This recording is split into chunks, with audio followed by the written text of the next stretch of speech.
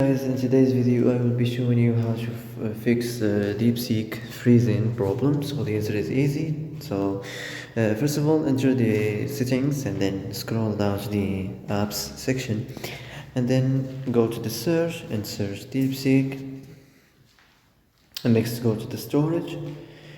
Here, as you see, you will find clear cache option. Click on it.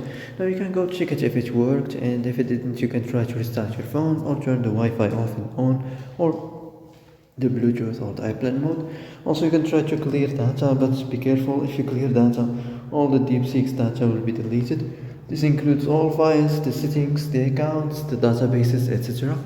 So be careful if you want to clear your data.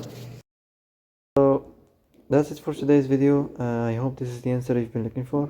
And if you like this video, don't forget to like and subscribe, and see you in the next video.